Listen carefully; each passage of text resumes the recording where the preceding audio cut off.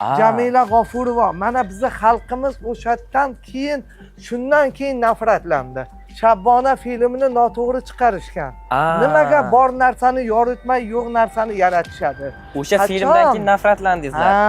Keyin jurnalistlarni qo'ymaydigan bo'ldi mahallaga Sizlar o'zlaringni nimalaringni o'ylab, bizning millatimizni noto'g'ri xalqqa tanityapsizlar. Qachon bizning millatimiz bunaqa edi? Endi u aktrisaga ham shu rejissorlardan ruxsat bo'lganmi, shunaqa qilganmi? Umuman noto'g'ri olishgan u filmda. Demak, qarshisizlar bu filmga. Qarshi biz bu filmga. Bunaqangi urf-odat yo'q bizning millatda umuman. Tilamchilik qilib bo'lsa ham shu bola chaqasini boqadi. Olib borib bermaydi lekin. Lo'lilar o'zbeklardan qiz ham olmas ekan, qiz ham bermas ekan degan gap bor. Meni kelinim o'zbek edi, o'g'lim. Demak, bu xato gap.